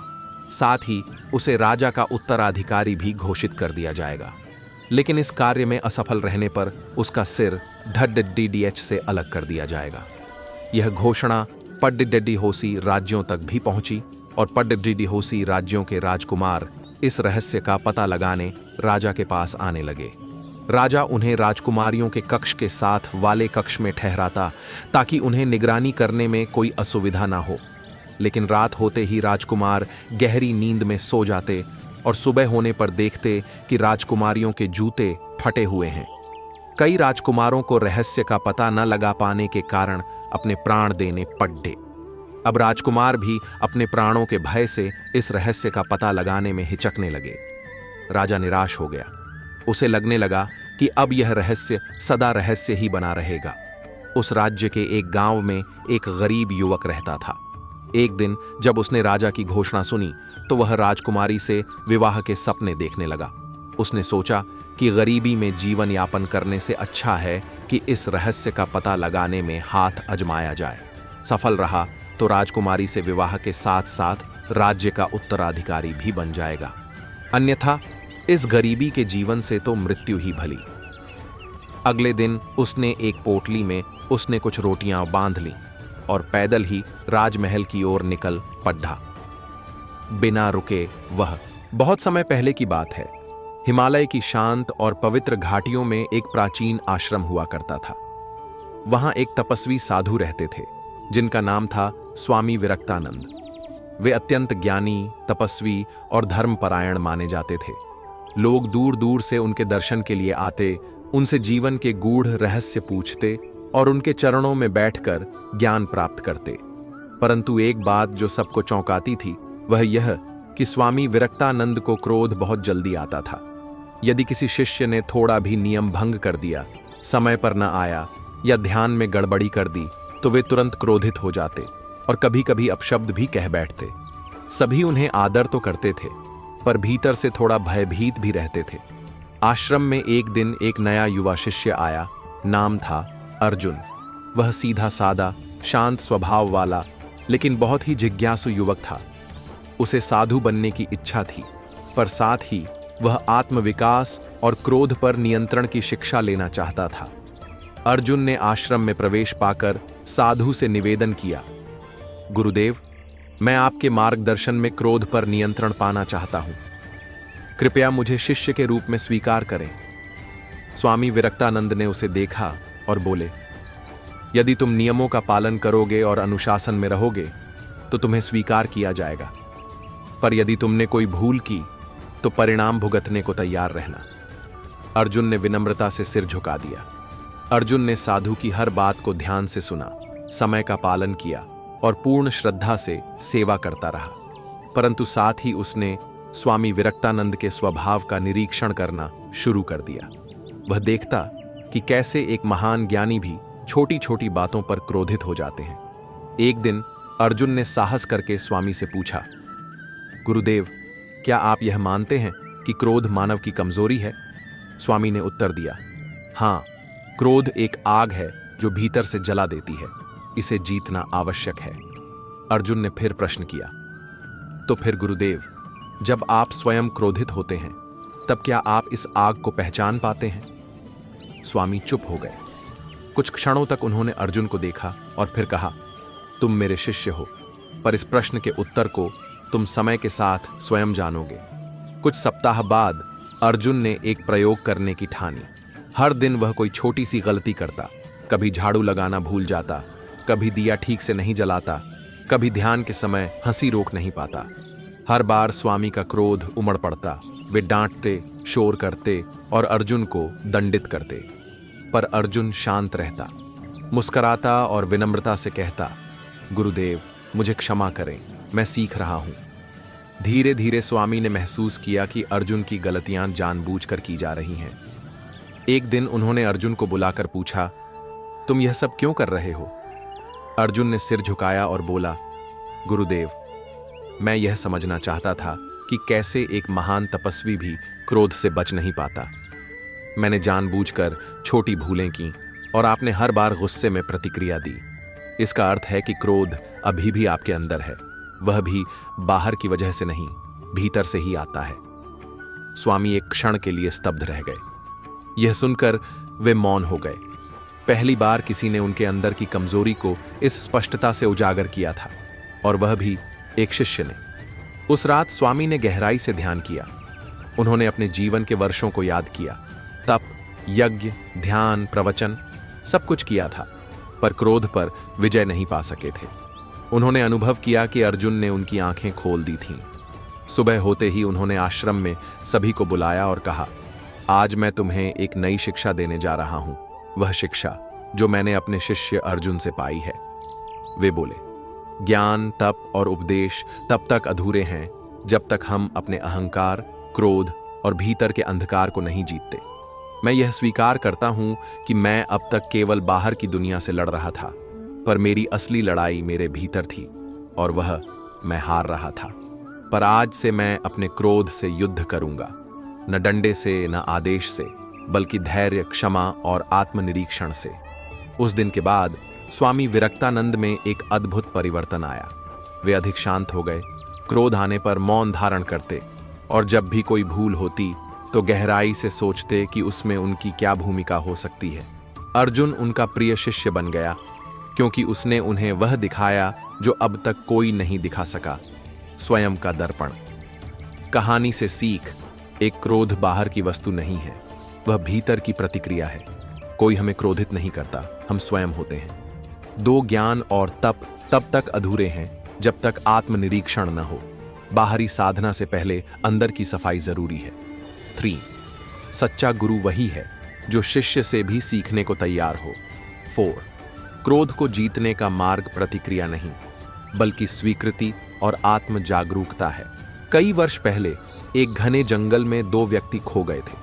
पहला था रामू, जो अंधा था। उसकी आंखें देख नहीं सकती थीं, लेकिन उसका दिमाग तेज था और वह हर आवाज, हवा की दिशा और जमीन की बनावट को पहचान सकता था। दूसरा था श्याम, जो लंगड़ा था। उसकी टांगें चलने में असमर्थ थीं, लेकिन उसकी आंखें इतनी तीक्ष्ण थीं कि वह दूर दूर तक हर चीज को स्पष्ट देख सकता था।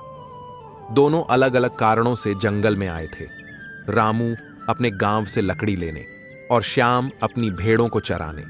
लेकिन अचानक आए तूफान ने उन्हें अपनी राह से भटका दिया और वे जंगल के गहरे हिस्से में फंस गए। सूरज डूबने लगा था और जंगल की अंधेरी छाया चारों ओर फैलने लगी। जंगली जानवरों की दहाड़ और हवा की सरसराहट से दोनों डर गए। रामू ने कहा, मेरी आंखें नहीं देखती और मैं अकेले यहां से नहीं निकल सकता। अगर कोई रास्ता बता सके तो शायद मैं आगे बढ़ सकूं। श्याम ने जवाब दिया, मेरी टांगें नहीं चलती, लेकिन मैं देख सकता हूं। अगर कोई मुझे ले जाए तो मैं रास्ता दिखा सकता हूं। दोनों ने एक दूसरे की बात सुनी और सोचा कि अगर वे एक दूसरे की मदद करें तो शायद जंगल से बाहर निकलने का रास्ता मिल जाए। रामू ने श्याम को अपनी पीठ पर उठाया। श्याम ने अपनी तेज नजरों से जंगल में एक पगडंडी देखी जो दूर पहाड़ियों की ओर जाती थी। उसने रामू को दिशा निर्देश देना शुरू किया। बाएं मुड़ो, अब सीधे चलो। हाँ, यहां से एक छोटा सा रास्ता दिख रहा है। रामू ने श्याम की आवाज पर भरोसा किया और हर कदम सावधानी से बढ़ाया। उसकी मजबूत टांगें श्याम को ले जाने में सक्षम थीं और श्याम की आंखें रामू को रास्ता दिखाने में। रास्ता आसान नहीं था। जंगल में कांटे, गड्ढे और पेड़ों की जटिल शाखाएं उनके सामने बाधाएं बन रही थीं। एक बार श्याम ने चिल्लाकर कहा, सावधान, सामने एक गहरा गड्ढा है, थोड़ा दाएं चलो। रामू ने तुरंत दिशा बदली और वे सुरक्षित निकल गए। फिर एक और बार एक जंगली सांप की फुंकार सुनाई दी। श्याम ने उसे देखा और रामू को चेतावनी दी, बाईं से हटो, वहां एक सांप है। रामू ने तुरंत कदम रोके और श्याम की सलाह से रास्ता बदला। इस तरह दोनों एक दूसरे की कमजोरियों को अपनी ताकत से पूरा करते हुए आगे बढ़ते गए। रात और दिन बदलते गए, लेकिन उनकी उम्मीद नहीं टूटी। श्याम की आंखें रास्ता दिखाती रहीं और रामू की टांगें उन्हें उस रास्ते पर ले गईं। कई बार भूख और थकान ने उन्हें परेशान किया, लेकिन वे एक दूसरे को हिम्मत देते रहे। रामू ने कहा, तुम्हारी आंखें मेरी आंखें हैं और मैं तुम्हारी टांगें हूं। हम साथ हैं तो डरने की कोई बात नहीं। श्याम ने मुस्कुराते हुए कहा, हां, हम एक दूसरे के लिए बने हैं। तीसरे दिन की सुबह जब सूरज की पहली किरणें जंगल को रोशन करने लगीं, श्याम ने दूर एक गांव की झोपड़ियां देखी। वह खुशी से चिल्लाया, रामू देखो, वहां गांव है, बस थोड़ा और चलो। रामू ने अपनी सारी ताकत लगा दी और अंततः वे जंगल से बाहर निकल गए। गांव वालों ने उन्हें देखा और उनकी कहानी सुनकर हैरान रह गए। उन्होंने दोनों की मदद की, भोजन दिया और उनकी मित्रता की तारीफ की। गांव के एक बूढ़े ने कहा, तुम दोनों ने साबित कर दिया कि एकता और सहयोग से कोई भी बाधा पार की जा सकती है। रामू और श्याम ने उस दिन से एक दूसरे का साथ नहीं छोड़ा। वे समझ गए कि उनकी मित्रता ही उनकी सबसे बड़ी ताकत थी। जंगल से निकलने के बाद उन्होंने अपने जीवन को एक साथ बिताने का फैसला किया। रामू ने श्याम को अपने घर में जगह दी और श्याम ने रामू को अपनी आंखों से दुनिया दिखाई। उनकी यह मित्रता गांव में मिसाल बन गई और लोग उन्हें अंधे लंगड़े के दोस्त के नाम से पुकारने लगे। सीख, अंधे और लंगड़े की मित्रता हमें कई महत्वपूर्ण सबक सिखाती है, जो न केवल व्यक्तिगत जीवन में बल्कि समाज में भी लागू होते हैं। 1. सहयोग की शक्ति। कहानी दर्शाती है कि व्यक्तिगत कमजोरियां तब ताकत बन जाती है जब हम एक दूसरे का सहारा लेते हैं। रामू की अंधता और श्याम की लाचारी अलग अलग बाधाएं थीं, लेकिन एक साथ मिलकर उन्होंने इनका समाधान निकाल लिया। यह हमें सिखाता है कि सहयोग से असंभव भी संभव हो सकता है। 2. एकता में बल है। रामू और श्याम की एकता ने उन्हें जंगल जैसे खतरनाक स्थान से बचाया। यह हमें याद दिलाता है कि जब लोग एक साथ मिलकर काम करते हैं तो बड़ी से बड़ी चुनौती भी छोटी हो जाती है। समाज में भी एकता ही प्रगति का आधार है। 3. विश्वास का महत्व। इस कहानी में रामू ने श्याम की आवाज पर भरोसा किया और श्याम ने रामू की ताकत पर। यह विश्वास ही था जो उन्हें सफलता तक पहुंचाया। जीवन में भी रिश्तों और टीम वर्क में विश्वास की नींव मजबूत होनी चाहिए। 4. कमजोरियों को स्वीकार करना। रामू और श्याम ने अपनी कमजोरियों को छिपाने की कोशिश नहीं की, बल्कि उन्हें स्वीकार किया और एक दूसरे की मदद से उन्हें पार किया। यह हमें सिखाता है कि अपनी सीमाओं को पहचानना और दूसरों से सहायता लेना शक्ति का प्रतीक है, न कि कमजोरी का। 5. आशा और धैर्य। जंगल से निकलने में उन्हें कई दिन लगे, लेकिन उन्होंने हार नहीं मानी। यह हमें सिखाता है कि कठिनाइयों में धैर्य और आशा रखना सफलता की कुंजी है। 6. आपसी निर्भरता। कहानी में दोनों एक दूसरे पर निर्भर थे। रामू श्याम की आंखों के बिना अंधा था और श्याम रामू की टांगों के बिना लंगड़ा। यह हमें सिखाता है कि जीवन में हम सभी एक दूसरे पर निर्भर हैं और यह निर्भरता हमें मजबूत बनाती है। प्राचीन काल की बात है। एक छोटे से गांव के पास 3 साधु रहते थे। ये तीनों साधु ज्ञान, तपस्या और आध्यात्मिकता में माहिर थे और उनकी विद्वता के कारण दूर दूर से लोग उनके दर्शन करने आते थे। एक दिन गांव के मुखिया ने एक सभा बुलाई और तीनों साधुओं को आमंत्रित किया। मुखिया ने कहा, हे महान साधुओं, हम आपके आशीर्वाद और ज्ञान से लाभान्वित होना चाहते हैं। कृपया हमें कोई ऐसी सीख दें जो हमारे जीवन को बेहतर बना सके। पहले साधु, जिनका नाम ज्ञान सागर था, बोले, मुझे जीवन में सबसे महत्वपूर्ण चीज लगती है, वह है सत्य। सत्य ही वह मार्ग है जो हमें सच्चे आनंद और शांति की ओर ले जाता है। सत्य बोलने से हमारे भीतर की पवित्रता बनी रहती है और हम ईश्वर के निकट होते हैं। दूसरे साधु तपोमूर्ति ने कहा, मेरे अनुसार धैर्य सबसे महत्वपूर्ण गुण है। धैर्य से ही हम अपने जीवन में आने वाली कठिनाइयों का सामना कर सकते हैं। धैर्यवान व्यक्ति ही सच्ची सफलता प्राप्त कर सकता है। तीसरे साधु अनासक्ति ने कहा, मैं मानता हूं कि त्याग सबसे महत्वपूर्ण है। त्याग से हम अपने अहंकार और इच्छाओं को नियंत्रित कर सकते हैं। त्याग करने से हमें सच्ची स्वतंत्रता मिलती है। गांव के मुखिया और अन्य लोग तीनों साधुओं की बातें सुनकर बहुत प्रभावित हुए, लेकिन वे उलझन में थे कि इनमें से सबसे महत्वपूर्ण कौन सा गुण है। उन्होंने तीनों साधुओं से इस उलझन को दूर करने का अनुरोध किया। तीनों साधुओं ने कुछ क्षण विचार किया और फिर वे गांव के मुखिया को एक पर्वत की चोटी पर ले गए। वहां से एक सुंदर दृश्य दिख रहा था, एक विशाल नदी, हरे भरे खेत और एक शांतिपूर्ण गांव। ज्ञान सागर ने कहा, देखो, इस दृश्य में सत्य की शक्ति है। नदी का पानी साफ और शुद्ध है क्योंकि यह अपने स्रोत से सत्य है। यह हमें जीवन में सत्य की महत्ता सिखाता है। तपोमूर्ति ने कहा, इस पर्वत की चोटी तक पहुंचने के लिए हमने धैर्य रखा। अगर हम धैर्य नहीं रखते तो हम यहां तक नहीं पहुंच पाते। इस पर्वत की तरह जीवन में भी हमें अपने लक्ष्य तक पहुंचने के लिए धैर्य रखना चाहिए।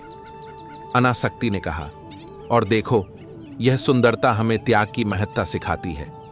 नदी अपने पानी का त्याग करती है ताकि धरती को जीवन दे सके। खेत अपने अन्न का त्याग करते हैं ताकि हम सभी को भोजन मिले। त्याग में ही सच्ची सुंदरता और सच्चा आनंद है। गांव के मुखिया और अन्य लोग यह समझ गए कि तीनों गुण, सत्य, धैर्य और त्याग, एक साथ मिलकर जीवन को सुंदर और सार्थक बनाते हैं। उन्होंने साधुओं का धन्यवाद किया और उनसे आशीर्वाद लिया।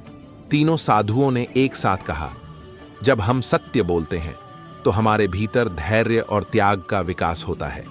जब हम धैर्य रखते हैं तो हम सत्य और त्याग की राह पर चलते हैं, और जब हम त्याग करते हैं तो हम सत्य और धैर्य को अपनाते हैं। ये तीनों गुण एक दूसरे से जुड़े हुए हैं और हमें एक संतुलित और सुखी जीवन जीने में मदद करते हैं। दंडाराडू सीख इस कहानी से हमें यह सीखने को मिलता है कि सत्य, धैर्य और त्याग, ये तीनों गुण जीवन को सार्थक और पूर्ण बनाते हैं। जीवन में चुनौतियां और कठिनाइयां आती हैं, लेकिन इन गुणों को अपनाकर हम हर परिस्थिति का सामना कर सकते हैं। सत्य हमें नैतिकता और ईमानदारी सिखाता है। धैर्य हमें संघर्षों को सहने और उनसे सीखने की क्षमता देता है, और त्याग हमें अपने स्वार्थों से ऊपर उठने और दूसरों की भलाई के लिए काम करने की प्रेरणा देता है। इस प्रकार यदि हम इन तीनों गुणों को अपने जीवन में अपनाते हैं तो हम न केवल खुद को बल्कि अपने समाज को भी बेहतर बना सकते हैं। जीवन की सच्ची सुंदरता और आनंद इन्हीं गुणों में निहित है। एक बार की बात है, शेख चिल्ली को अपने गांव के मेले में जाने का मौका मिला। मेले में रंग बिरंगी चीजें देखकर उनकी आंखें चमक उठीं।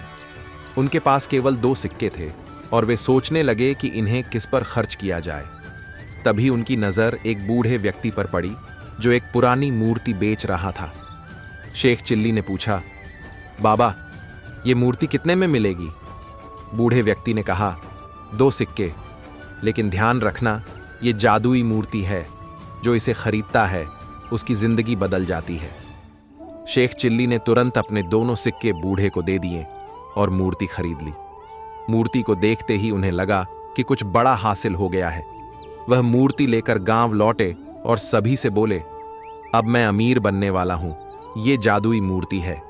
गांव वाले हंसते हुए बोले, शेख चिल्ली, तुम्हारी मूर्ति कुछ नहीं करेगी। शेख चिल्ली ने मूर्ति को अपने घर में रख दिया और हर दिन उससे बात करने लगे। उन्होंने मूर्ति से कहा, जादुई मूर्ति, मुझे अमीर बना दो। लेकिन मूर्ति चुप रही। कुछ दिन बीते। शेख चिल्ली ने सोचा, शायद मूर्ति को खुश करने के लिए इसे चमकाना होगा। उन्होंने मूर्ति को साफ करने के लिए जोर शोर से काम किया। सफाई करते हुए उन्होंने देखा कि मूर्ति के नीचे एक गुप्त दरवाजा था। जैसे ही उन्होंने दरवाजा खोला, उसमें से सोने के सिक्के गिरने लगे। शेख चिल्ली चौंक गए और खुशी से झूम उठे। अब वे अमीर हो गए थे। उन्होंने अपने पैसे से गांव वालों की मदद करनी शुरू की, लेकिन उन्होंने मूर्ति का सच किसी को नहीं बताया। एक दिन शेख चिल्ली ने सोचा कि मूर्ति से और सिक्के निकल सकते हैं। उन्होंने मूर्ति को जोर जोर से हिलाना शुरू कर दिया। अचानक मूर्ति गिर गई और टूट गई। अंदर से और सिक्के निकलने के बजाय एक छोटा सा नोट मिला। उस पर लिखा था, लालच बुरी बला है। शेख चिल्ली को समझ आ गया कि उन्होंने मूर्ति का ज्यादा लालच किया। उन्होंने जो सिक्के बचे थे उन्हें समझदारी से इस्तेमाल किया और लालच न करने की कसम खाई। सीख, इस कहानी से हमें यह सीख मिलती है कि मेहनत और ईमानदारी से कमाई गई चीजें ही टिकाऊ होती हैं। जादू और शॉर्टकट से मिलने वाली चीजें स्थायी नहीं होती। साथ ही लालच से हमेशा नुकसान ही होता है। किसी समय एक राजा को अपने ज्ञान और चतुराई पर बहुत घमंड था। उसे लगता था कि उसकी बुद्धिमत्ता की बराबरी कोई नहीं कर सकता। वह अक्सर अपने दरबार में बुद्धिजीवियों को बुलाकर उनसे उलझे सवाल करता और अपने जवाबों से उन्हें पराजित करता। एक दिन राजा ने अपने दरबारियों से कहा, क्या इस राज्य में कोई ऐसा है जो मेरी बराबरी की बुद्धि रखता हो? एक मंत्री बोला, महाराज, हमारे गांव में मुल्ला नसरुद्दीन है, जिनकी चतुराई की मिसालें दूर दूर तक दी जाती हैं। राजा मुस्कुराया, अच्छा, तो बुलाओ उस मुल्ला को, देखते हैं उसका ज्ञान मेरे सामने टिकता है या नहीं। मुल्ला को बुलाया गया।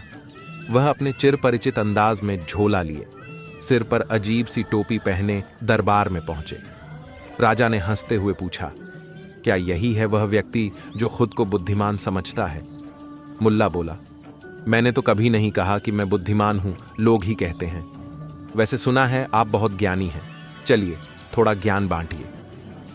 राजा को मुल्ला की बात में चुनौती महसूस हुई। राजा ने मुल्ला से पूछा, मुल्ला, बताओ कि धरती पर सबसे भारी वस्तु क्या है? मुल्ला बोले, धरती पर सबसे भारी वस्तु इंसान का पेट है, क्योंकि यह कभी नहीं भरता, चाहे कितना भी भर लो। दरबार में हंसी गूंज उठी। राजा कुछ असहज हुआ, फिर बोला, चालाक उत्तर है, अब मेरी बारी, बताओ सबसे हल्की वस्तु क्या है? मुल्ला बोले, सबसे हल्की वस्तु इंसान का वचन है, क्योंकि आज के जमाने में लोग इसे बहुत आसानी से बदल लेते हैं। राजा मुस्कुराया, मुल्ला, तुम्हारे उत्तर चतुर हैं, लेकिन अब एक ऐसा सवाल जिसमें मैं तुम्हें हरा दूंगा। राजा ने पूछा, मुल्ला, बताओ आसमान और धरती के बीच की दूरी कितनी है? मुल्ला बोले, बस इतनी कि अगर मैं छत से गिर जाऊं तो सिर फूट सकता है। दरबार में ठहाका गूंजा।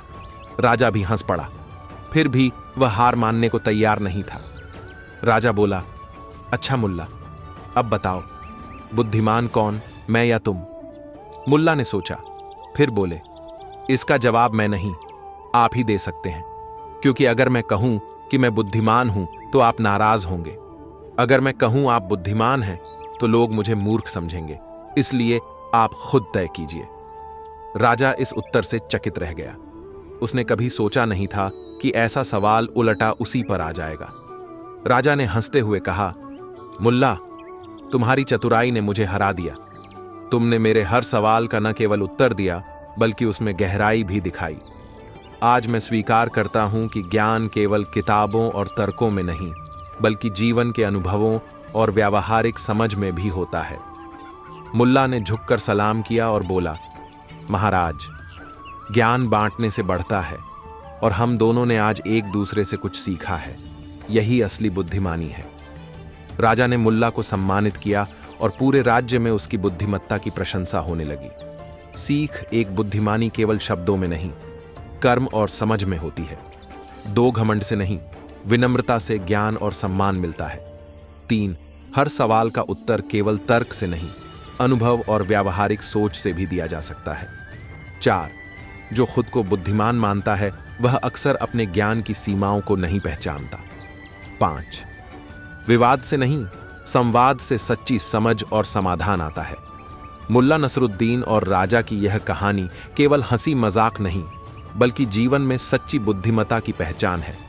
यह हमें सिखाती है कि ज्ञान का दंभ अंततः हमें नीचा दिखा सकता है, जबकि विनम्रता और व्यवहारिक सोच हमें सच्चा सम्मान दिला सकती है। तो सोचिए, अगर आपसे कोई पूछे, बुद्धिमान कौन, तो क्या आप भी मुल्ला की तरह चतुराई से उत्तर देंगे? दक्षिण भारत के महिलारोप्य नामक नगर में भगवान शिव का एक प्राचीन मंदिर था। मंदिर की देखभाल, पूजा पाठ और अन्य समस्त कार्यों की जिम्मेदारी एक साधु के जिम्मे थी, जो उसी मंदिर के प्रांगण में स्थित एक कक्ष में रहा करता था। साधु की दिनचर्या भोर होते ही प्रारंभ हो जाती, जब वह स्नान कर मंदिर में आरती संपन्न करता और फिर गांव में भिक्षा मांगने निकल जाता। गांव के लोग साधु को बहुत मानते थे, इसलिए भिक्षा में अपने सामर्थ्य से अधिक ही दिया करते थे।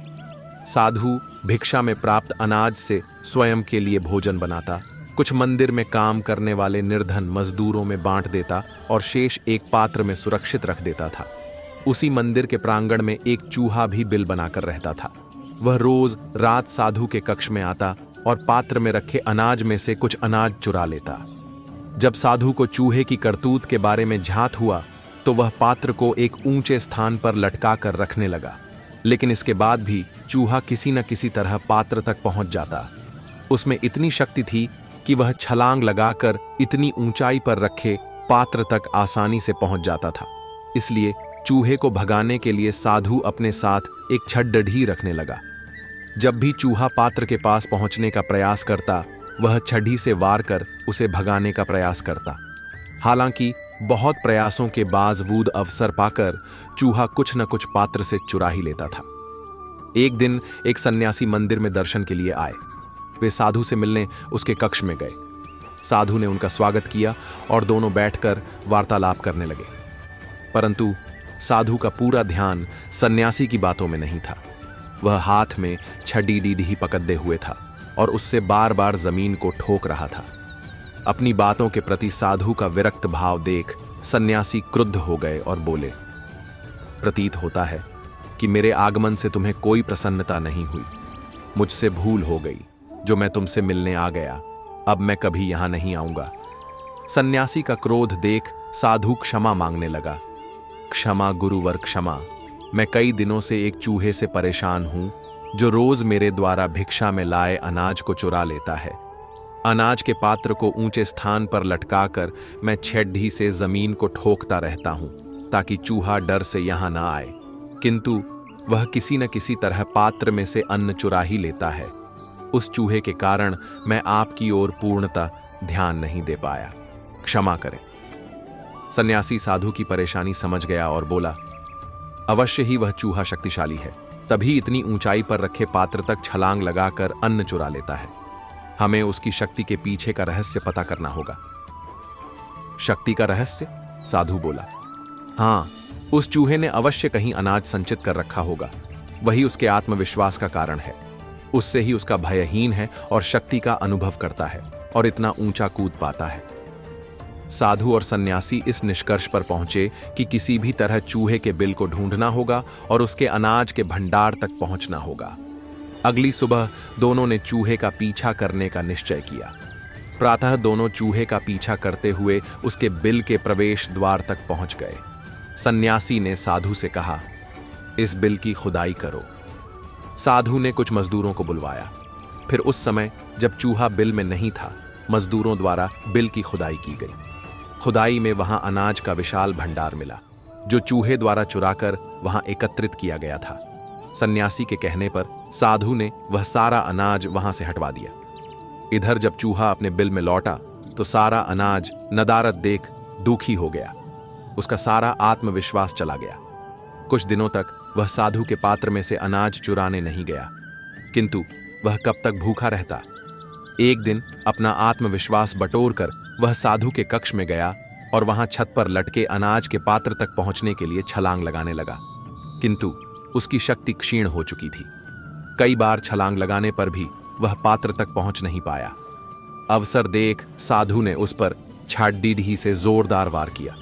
चूहा किसी तरह अपने प्राण बचाकर घायल अवस्था में वहां से भागा। उसके बाद वह कभी न मंदिर गया, न ही साधु के कक्ष। सार साधन संपन्न व्यक्तियों में अपने संसाधनों के कारण उच्च आत्मविश्वास और आत्मबल होता है, किंतु संसाधनों का अभाव उनका आत्मविश्वास और आत्मबल क्षीण कर देता है और वे कमजोर पाडीडीएच जाते हैं। इस स्थिति में उन पर नियंत्रण प्राप्त करना और उन्हें पराजित कर पाना सरल हो जाता है। किसी गांव में एक ईमानदार और मेहनती किसान रहता था। उसका नाम रामू था।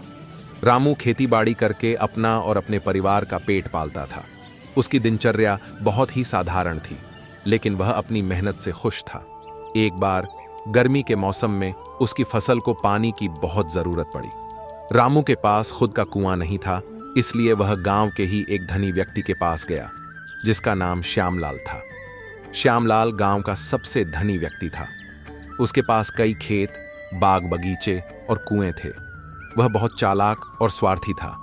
रामू ने श्यामलाल से कहा, श्यामलाल जी, मेरे खेतों को पानी की बहुत जरूरत है। क्या आप मुझे अपने कुएं से पानी लेने की अनुमति देंगे? मैं आपको इसके लिए उचित किराया भी देने को तैयार हूं। श्यामलाल ने सोचा कि यह अच्छा मौका है रामू से कुछ पैसे कमाने का। उसने कहा, ठीक है रामू, मैं तुम्हें अपना एक कुआं बेच दूंगा, लेकिन इसकी कीमत तुम्हें तुरंत चुकानी होगी।